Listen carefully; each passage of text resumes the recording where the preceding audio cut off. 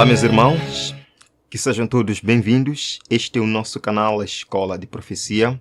Que a graça do Senhor esteja com todos nós.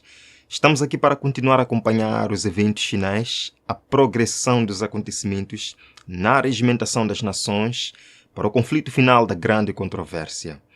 E em seguida teremos o nosso estudo sobre o livro de Apocalipse. Não percam que esta vai ser uma apresentação muito especial. Não deixe de compartilhar, deixar aí o seu like para que esta mensagem alcance mais e mais vidas. Vamos iniciar com uma oração. Obrigado, Senhor, por este momento impressionante, um momento maravilhoso que o Senhor deseja falar a nós. Queremos buscar a sua direção enquanto acompanhamos os eventos recentes, enquanto estudamos a sua palavra. Venha dirigir nossa mente e os nossos pensamentos. Em nome de Jesus. Amém.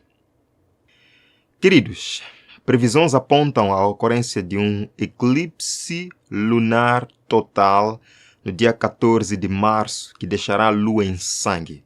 E de acordo com teólogos cristãos, este será um grande sinal. E de acordo também com rabinos judeus, por coincidir com um dia festivo em Israel, representa um grande sinal para a chegada do Messias. E vou mostrar para vocês algumas referências de vídeos em que alguns evangélicos dizem que este também é o sinal da brevidade ou da proximidade do arrebatamento. Isto é interessante. Vejam aqui, irmãos, muita gente está falando disto agora e eu parei para selecionar aqui algumas reportagens e algumas informações para compartilhar com vocês e refletir um pouco sobre isto. Será realmente isto verdade? Para onde é que nós estamos caminhando em torno destas coisas? Vejam aqui. Isto é de 11 de março de 2025. Isto vem da própria Time.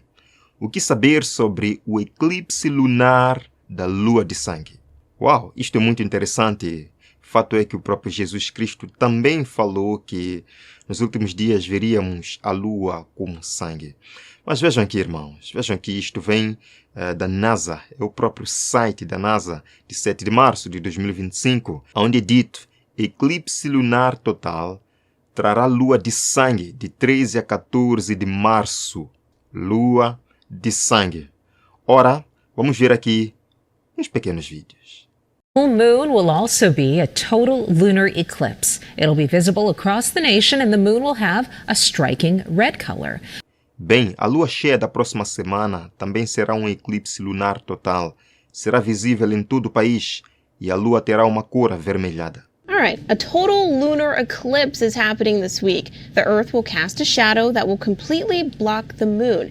Um eclipse lunar está acontecendo esta semana. A Terra projetará uma sombra que bloqueará completamente a lua.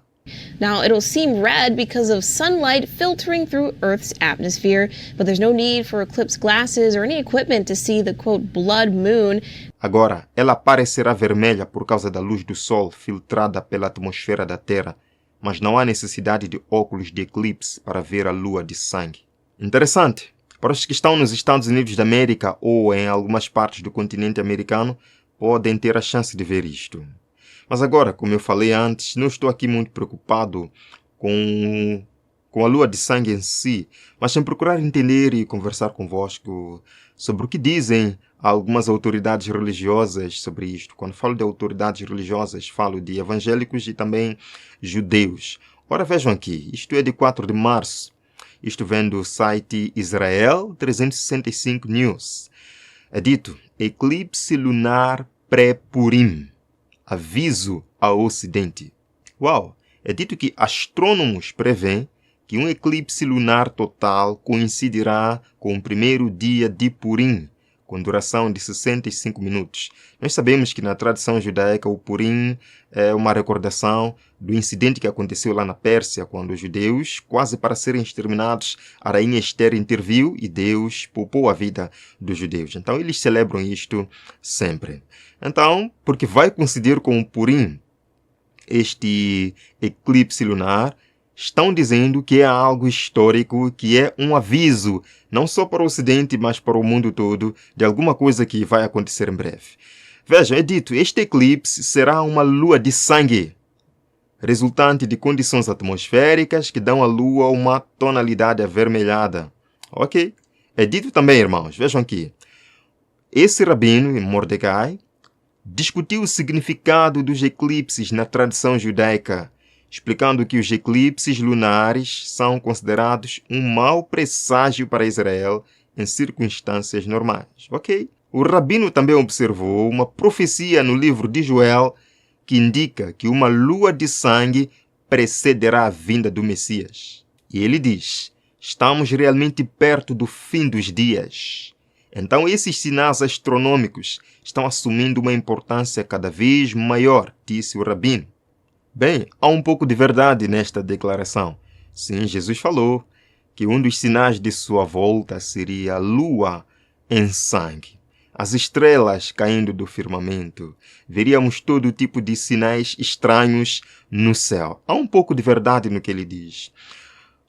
Mas o fato é que, na visão judaica, a vinda do Messias não é o regresso de Jesus Cristo a esta terra para levar os seus. Não. Mas representa a vinda do Maitreya, a vinda do Messias para reinar sobre os ímpios, ou para reinar em Israel, dominando as nações ímpias. É esta visão que o judaísmo tem sobre a chegada do Messias. Em outras palavras, eles estão dizendo que em breve esse Maitreya, esse Messias judeu, chegará em Israel. E este é um sinal mais óbvio disto. O fato mais interessante, irmãos, é que não são apenas judeus que têm essa visão dos eventos futuros. Não são apenas judeus que veem este eclipse lunar de sangue, lua de sangue, como um prenúncio de eventos futuros que acontecerão em Israel. Vejam aqui, irmãos. Vejam aqui, estou vendo Notícias Carisma, que é um site evangélico americano. É dito: primeira das 3 importantes luas de sangue chega esta semana, pousando diretamente no feriado judaico. Primeira de quê? Das 3 importantes luas de sangue. Meus irmãos, vejam aqui também na CBN, que também é um site, na verdade é uma empresa de comunicação cristã dos Estados Unidos da América, diz a mesma coisa. Primeira de 3 importantes luas de sangue chega esta semana, pousando diretamente no feriado judaico. É dito aqui, irmãos, é dito, vejam só.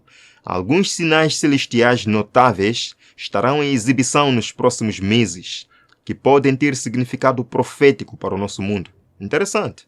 Esta série de 4 fenômenos celestiais, agora vejam que eles colocam uma série de 4 fenômenos naturais que devem acontecer no céu.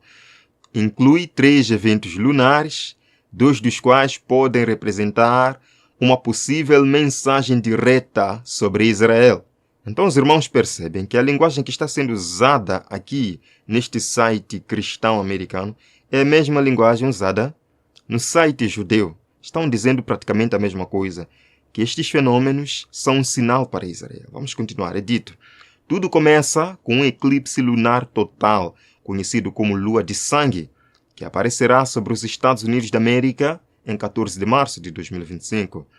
O primeiro eclipse lunar será seguido por mais 2 luas de sangue, uma delas ocorrendo neste outono, e a terceira também caindo diretamente em Purim, ou seja, em 3 de março de 2026. E a pergunta que eles fazem é: por que esta coincidência? Por que esta coincidência? Por que estas luas de sangue vão cair em dias festivos judeus? Isto significa alguma coisa para o povo judeu e é um dos sinais de que alguma coisa em breve vai acontecer. Vejam só, especialistas em profecias bíblicas dizem que eclipses lunares, conhecidos como luas de sangue, estão ligados a eventos que afetam Israel. Isto é muito interessante. Eu gostaria mesmo de conversar com estes especialistas em profecias bíblicas. Vejam, líderes cristãos que estudam profecias bíblicas, como o pastor John Hagee. Interessante, o pastor John Hagee, já mostrei para vocês quem ele é, aquele que lançou o livro Para Salvar a América, os 10 Mandamentos. Já apresentei para vocês, sim? E esse pastor também tem afirmado durante anos que luas de sangue pressagiam eventos significativos para Israel e o Oriente Médio e, portanto, para o mundo inteiro. Em outras palavras, algo importante vai acontecer no mundo em breve, de acordo com estes especialistas em profecias bíblicas. Agora, o mais interessante é que há alguns dias atrás, um grande homem, um tenente-general do exército israelense, foi até o Muro das Lamentações e lá pronunciou algumas palavras. Vejam aqui, isto vem do Israel 365 News. É dito, chefe de defesa de Israel deixa bilhete no Muro das Lamentações, sugerindo visões de um terceiro templo. Irmãos, tudo isto está interconectado. Eles não deixam de lado esta ideia de que em breve Jesus vai chegar para inaugurar o terceiro templo em Israel, inaugurando assim o reino messiânico. Vejam, após a visita ao Muro das Lamentações, assinaram aí um tratado, Zamir acrescentou a mensagem. No Muro das Lamentações, onde o templo foi construído e as raízes do povo judeu foram estabelecidas. Agora vejam só. Curiosamente, por uma peculiaridade da gramática hebraica, a frase onde o templo foi construído também pode ser entendida como onde o templo será construído. Onde o templo será construído. Como um falante nativo do hebraico, ele pode ter pretendido implicar um significado mais expansivo, incluindo uma visão para o futuro. Queridos, existe muita ansiedade, muita apreensão entre os judeus e alguns evangélicos para a construção desse terceiro templo e a chegada do Messias. E eles dizem que estes eclipses, essas luas de sangue, que vão acontecer em dias festivos de Israel, representam um grande sinal da proximidade desse Messias. Isto é muito e muito interessante. E, por acaso, eu não vou colocar o vídeo, mas vocês podem ver aí esta senhora, que é uma evangélica americana, abordando sobre essa questão. Ela diz que isto também é um sinal da proximidade do arrebatamento. Existe muita teoria em torno disto, mas nós precisamos ficar com a palavra de Deus. Não existe nenhum Messias que virá para reinar sobre este mundo. Não existe nenhum Messias que virá para um terceiro templo em Israel. Não. Estas luas de sangue, sim, são sinais proféticos dados por Cristo. Ele falou que nos últimos dias veríamos isto, mas longe de significar alguma coisa para Israel, representa sim a proximidade do verdadeiro Rei, Jesus Cristo, aquele que deu sua vida na cruz, está agora intercedendo por nós e virá para levar aqueles que consagraram seu coração para Ele. Que você esteja preparado para esse dia. Vamos então para o nosso estudo do livro de Apocalipse. Estamos em mais uma igreja, carta à igreja de Pérgamo. Carta à igreja de Pérgamo. Vamos buscar o Senhor em oração mais uma vez, para que Ele abra a nossa mente para a compreensão da sua verdade. Senhor, aqui estamos mais uma vez, queremos repisar nosso pedido de nos acompanhar enquanto estudamos a profecia bíblica. Ensina-nos, Senhor, a verdade para este tempo. Em nome de Jesus. Amém. Já falamos sobre a igreja de Éfeso, que representa a história do cristianismo do ano 34 até o ano 100. Falamos no estudo passado sobre a igreja de Esmirna, que é a história do cristianismo do ano 100 até 313, com a ascensão ou a conversão do imperador Constantino e o fim das perseguições dos imperadores romanos. Hoje nós vamos falar sobre a terceira igreja, a igreja de Pérgamo, que representa sim a história do cristianismo do ano 313 até 538 a.C. Onde é que se localizava a cidade de Pérgamo e como é que era socialmente? Vejam aqui. Pérgamo estava localizada num vale da Ásia Menor. Foi fundada pelos gregos e era uma cidade idólatra, em que se adorava Zeus, Dionísio e vários outros deuses gregos. Era também a capital do culto ao sol. Pérgamo deriva de duas palavras gregas. Per, que significa através ou por meio de, e gamos, que significa casamento, união. Sim, irmãos, Pérgamo significa união através do casamento. foi a união do cristianismo com o paganismo. Infelizmente, aquela igreja poderosa e vitoriosa, perseguida no tempo de Esmirna, cedeu. Quando o imperador Constantino se autoproclamou cristão, muitos cristãos ficaram felizes. Mas ao invés da igreja converter o mundo para Cristo, foi o mundo que converteu a igreja para a perdição. Vejam aqui, Pérgamo era a capital mundial do culto ao Deus Sol. É importante observar que os reis de Pérgamo eram todos também chefes pontífices de sua religião, conforme o antigo costume babilônico. Através desta passagem, nós conseguimos entender de onde é que vêm muitas práticas que nós conhecemos hoje, certo? Vamos lá. Apocalipse 2, verso 13. Ao anjo da igreja em Pérgamo escreva: Estas são as palavras daquele que tem a espada afiada de 2 gumes.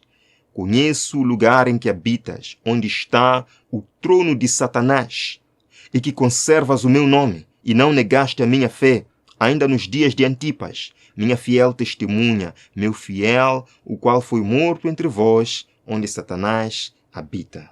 Uau! Este verso é cheio de revelações. Primeiro diz que Jesus se apresenta como aquele que tem uma espada afiada de 2 gumes. Na carta à igreja de Esmirna, Jesus se apresenta como aquele que esteve morto, mas que reviveu, para confortar o povo perseguido no tempo de Esmirna. Mas agora, no tempo de Pérgamo, Jesus se apresenta como alguém vingativo, diríamos assim, como alguém que tem uma espada afiada de 2 gumes. O que Jesus está querendo dizer? Jesus não está feliz com a condição dessa igreja, porque essa igreja apostatou-se, essa igreja deixou de seguir a Cristo e passou a seguir, a adorar um poder que tinha o seu trono, que é o trono de Satanás. Vejam aqui Apocalipse 2, verso 16. Explica que essa espada de 2 gumes representa a ira de Cristo, a ira de Deus, que cairá sobre os transgressores. Veja só, portanto, arrependa-se, senão virei em breve até você e lutarei com eles com a espada da minha boca. Jesus se apresentar como aquele que tem uma espada afiada de 2 gumes representa a sua ira sobre aqueles que desviaram sua igreja para a perdição. Ele diz: conheço o lugar em que habitas. A partir de 313, com o Edito de Milão, houve um Pérgamos. Houve o quê? Um Pérgamos, uma união através do casamento. Uma união entre a igreja e o Estado. Uma união entre o cristianismo e o paganismo. E deste casamento, desta união, surgiu um filho. Qual é esse filho? Na sua segunda carta aos Tessalonicenses, capítulo 2, começando do verso 3, Paulo diz: não deixem que ninguém os engane de modo algum. Antes daquele dia virá o quê? A apostasia. E então será revelado o homem do pecado, o filho da perdição. Esse filho da perdição que resultou do Pérgamos, que resultou do casamento entre a igreja e o Estado. E diz que este se opõe e se exalta acima de tudo que se chama Deus ou é objeto de adoração, chegando até a sentar-se aonde, irmãos? No trono de Deus. Busca sentar no trono de Deus, querendo parecer Deus, mas a Bíblia diz que é o trono de Satanás, pois é o próprio Satanás agindo por meio desse poder. Vejam só, quando Constantino decretou liberdade religiosa em 313, autoproclamando-se o imperador cristão, muitos costumes pagãos começaram a entrar na igreja cristã. A igreja continuou sendo chamada de Cristo, mas perdeu a pureza de Cristo, perdeu as doutrinas de Cristo e começou a admitir apostasias, começou a admitir heresias destruidoras, começou a admitir influência mundana. Jesus diz: conservas o meu nome e a minha fé. Ainda era celebrado o nome de Cristo, mas a pureza de Cristo havia sido perdida. No verso 14 nós lemos: tenho todavia contra ti algumas coisas, pois que tens aí os que sustentam a doutrina de Balaão, o qual ensina Balaque a armar ciladas diante dos filhos de Israel para comerem coisas sacrificadas aos ídolos e a praticarem a prostituição. A Bíblia diz que existiam pessoas lá que sustentavam a doutrina de Balaão. Irmãos, Balaão ensinou o rei Balaque a amaldiçoar o povo de Deus, lembram? Foi ele quem tentou amaldiçoar o povo de Deus. No tempo de Pérgamo, supostos profetas e pais da fé também começaram a armar ciladas contra Cristo e contra a doutrina de Cristo. Diz a profecia que esses que ensinam a doutrina de Balaão também ensinam o seu povo, o povo de Deus, a comer coisas sacrificadas aos ídolos e a praticar a prostituição. E nós veremos que a idolatria foi uma das coisas mais marcantes que começou a se verificar na igreja a partir de Pérgamo. Estátuas de antigos deuses pagãos foram admitidos na igreja com nomes de apóstolos. A estátua de Júpiter, que até arqueólogos não cristãos reconhecem que é a estátua de Júpiter, foi batizada com o nome de Pedro. Está agora na praça de na Basílica de São Pedro. Infelizmente é adorada e beijada por milhares de cristãos. Isso é trágico. Sim, ensinou também a praticar a prostituição. Aqui está se falando, irmãos, de prostituição espiritual. Em Apocalipse capítulo 17, é descrita uma mulher sentada sobre uma besta. E ela é descrita a grande Babilônia, a mãe das prostitutas, a mãe das abominações da terra, que embriagou as nações com o vinho da sua devassidão. Esta grande mulher Babilônia, que surgiu da união entre a igreja e o Estado. No livro Grande Conflito nós lemos, quase imperceptivelmente, os costumes do paganismo tiveram ingresso na igreja cristã.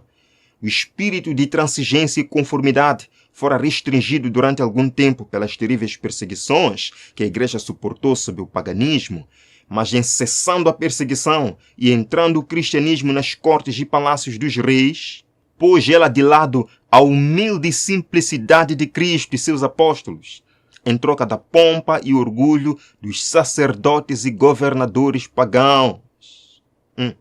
E em lugar das ordenanças de Deus, colocou teorias e tradições humanas. A conversão nominal de Constantino, na primeira parte do século IV, causou grande regozijo. E o mundo, sob o manto de justiça aparente, introduziu-se na igreja. Como eu sempre digo, no tempo de perseguição e prova, são poucos os que estão dispostos a seguir a Cristo. A igreja é pura, a igreja é fiel. Mas no tempo de paz e prosperidade, afluem para a igreja todo tipo de pessoa, até aquelas que não são sinceras. Foi o que começou a acontecer. Neste caso, heresias começaram a surgir, irmãos. Primeira heresia. Primeira aqui no nosso estudo. Mas foram várias. Por exemplo, a Páscoa. Nós sabemos que, biblicamente, a Páscoa, lá em Israel, era celebrada no 14º dia do primeiro mês, que era uma recordação da saída do povo de Israel do Egito. E aquela Páscoa apontava para Cristo. A nossa Páscoa, diz Paulo. Cristo é a nossa Páscoa. Representava Cristo. E por ter uma data específica, neste caso, 14º dia do primeiro mês, não podia ser numa sexta-feira em todos os anos, não? Isto é impossível, irmãos. Isto é impossível. E a última indicação bíblica da celebração da Páscoa foi na sexta-feira da Paixão de Cristo. Cristo celebrou a Páscoa com seus discípulos no pôr do sol de quinta-feira. Foi nesse dia, foi nessa noite que Jesus Cristo foi entregue para ser morto. O próprio Paulo disse em Colossenses 2, versos 16, um texto bastante mal interpretado. Ninguém vos julgue pelo comer e pelo beber, pelos dias de sábado e pelas luas novas. Que dias de sábado são esses? São estas festas que representavam Cristo. Eram sombra das coisas que viriam. A Páscoa, as primícias, Panjasmos, Pentecostes, dia da expiação, o dia das trombetas, a festa dos tabernáculos. São estes sábados, dias solenes sem trabalho em Israel, que eram sombra do que Cristo faria e, portanto, perderam seu valor. Não é o 7º dia da semana que Deus estabeleceu na criação, não. Mas, infelizmente, muitos evangélicos, católicos, ainda celebram a Páscoa hoje. Mas o mais interessante, irmãos, é que a Páscoa que é celebrada hoje vem com alguns detalhes adicionais que nem no tempo da Bíblia não existiam, nem no Antigo Testamento não existiam. Vejam, por exemplo, os ovos, né? Por que hoje se celebra a Páscoa com ovinhos e coelhinhos? De onde é que vem isto? Isto vem de Babilônia, meus irmãos. Isto vem de Babilônia. Na Babilônia se adorava Estar, que é a deusa da reprodução e da fertilidade. E os ovos representam essa fertilidade. Os coelhinhos, por serem prolíferos reprodutores, representam essa fertilidade. E o dia de adoração a Estar era o primeiro domingo, depois da primeira lua cheia. Com a conversão nominal de Constantino, o dia de adoração a Deus Estar foi transformado como sendo o dia da Páscoa. Irmãos, qual é o símbolo da morte de Cristo? Muitos dizem que hoje celebram a Páscoa como um símbolo da morte de Jesus Cristo. Mas de acordo com Paulo, de acordo com a Bíblia, qual é o verdadeiro símbolo da morte de Cristo? Vejam só, em Romanos 6, versos 4 e 5. Portanto, fomos sepultados com ele na morte por meio do batismo, a fim de que, como Cristo foi ressuscitado dentre os mortos pela glória do Pai, assim também vivamos uma vida nova. Se, pois, nos tornamos unidos na semelhança da sua morte, certamente o seremos também na sua ressurreição. Irmãos, o símbolo bíblico da morte de Jesus Cristo não é a Páscoa, é o batismo. É o batismo. E ainda mais, Jesus nos mandou recordar a sua morte. De que forma é que nós recordamos sua morte? Não é através da Páscoa. Vejam aqui, 1 carta a Coríntios 11, verso 25. Semelhantemente também, depois de cear, tomou o cálice, dizendo: Este cálice é o novo testamento no meu sangue. Fazei isto todas as vezes que beberdes, em memória de mim. O que é que nos recorda a morte de Jesus Cristo? A ceia do Senhor. É isto. O batismo é um símbolo da morte de Jesus Cristo. A ceia nos recorda a morte de Jesus Cristo. E não entra nenhuma Páscoa aqui. Não entra nenhuma Páscoa. Outra coisa, irmãos, que surgiu no tempo de Pérgamo é o Natal. E isto também vem de Babilônia.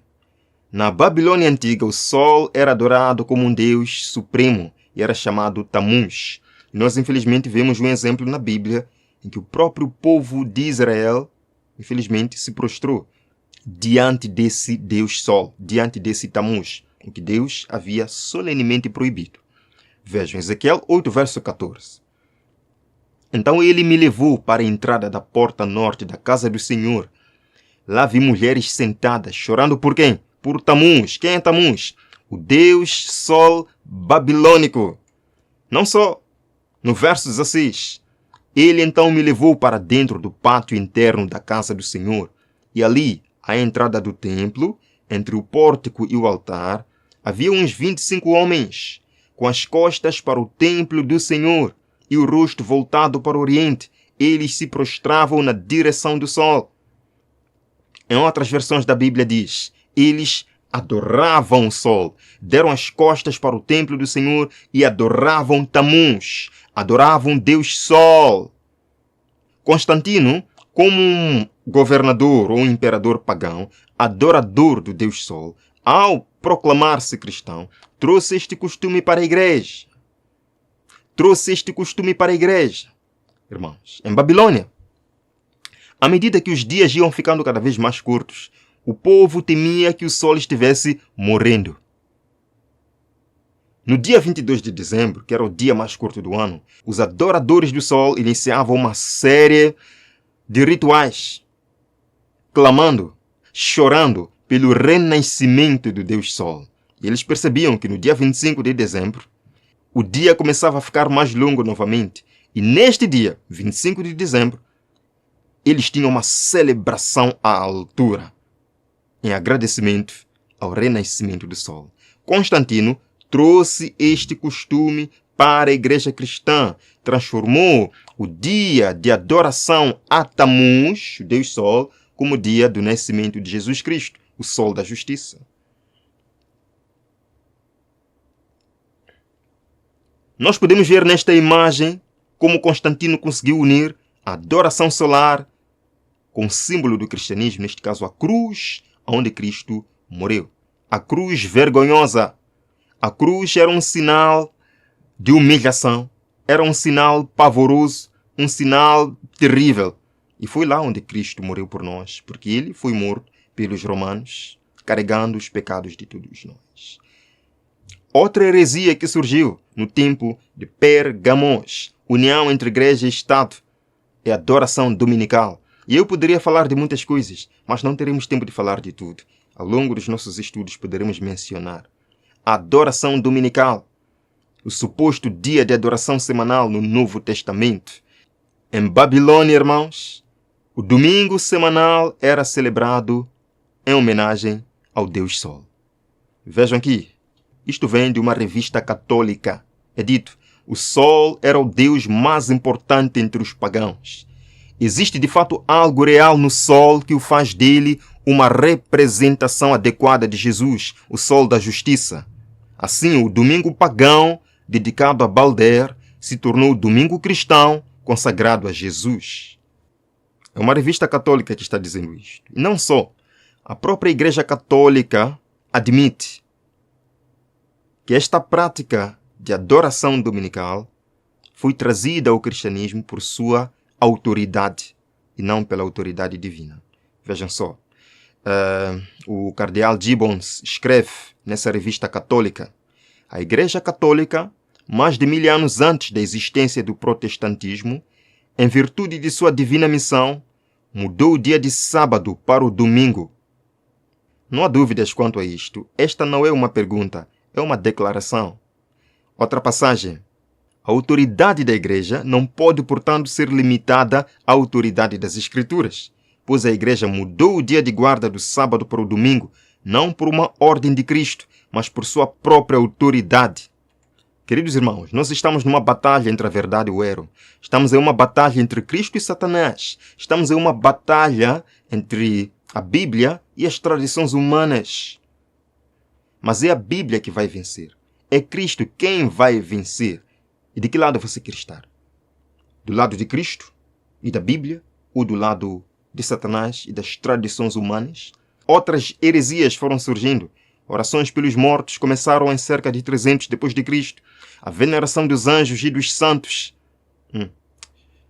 Em 431 começou a exaltação de Maria, com a expressão Mãe de Deus e outras coisas terríveis. Meus irmãos, foi neste tempo de Pérgamo que todas estas coisas surgiram. Não nos enganemos. Cristo não autorizou nenhum dos seus discípulos a trazer estas heresias. Cristo não autorizou nenhum dos seus discípulos a introduzir o domingo, o Natal, a Páscoa. Isto foi introduzido no 4º século, após a conversão de Constantino. Vamos continuar. Apocalipse 2, 16 e 17. Portanto, arrepende-te, e se não, venho a ti sem demora, e contra eles pelejarei com a espada da minha boca. Quem tem ouvidos, ouça o que o Espírito diz às igrejas. Ao vencedor dar-lhe-ei do maná escondido, bem como lhe darei uma pedrinha branca, e sobre essa pedrinha escrita um novo nome, o qual ninguém conhece, exceto aquele que o recebe. Arrepende-te, é o convite que Jesus fez à igreja de Pérgamo. Arrepende-te. Existiam cristãos sinceros neste tempo, que passaram por forte perseguição também, mas a maioria, infelizmente, cedeu às tradições humanas. Vivemos num tempo também de muita luz, vivemos num tempo de muito conhecimento da palavra de Deus, mas milhares de pessoas ainda seguindo tradições humanas. E Jesus diz: arrepende-se, meu amigo, deixe de lado as tradições humanas, deixe de lado as inverdades, siga a palavra de Deus, senão alguma coisa acontecerá consigo. Mas se você hoje disser: Senhor, eu deixo de lado as tradições humanas, Jesus promete conceder-lhe um novo nome. Essa é uma referência a Isaías capítulo 62, verso 2, onde Deus prometeu que as nações verão a sua justiça e todos os reis a sua glória. Você será chamada por um novo nome que a boca do Senhor lhe dará. Quem receberá um novo nome? Os salvos por Cristo. Aqueles que deixarão de lado as tradições humanas para seguir a verdade de Cristo. A verdade que salva. É você essa pessoa? É você essa pessoa que deseja, a partir de hoje, seguir a vontade do Senhor? Se essa é a sua vontade, vamos terminar com esta oração. Obrigado, Senhor Deus, por nos ensinar nesta hora o quanto vivemos em perigo, Senhor, de seguir tradições humanas. Mas nós não queremos mais seguir tradições humanas. Queremos seguir a Tua verdade, a Tua palavra, Senhor. Dá-nos bom ânimo, fortaleça a nossa fé. Em nome de Jesus. Amém. Deus abençoe a todos. Nos vemos no próximo encontro, aqui no nosso canal.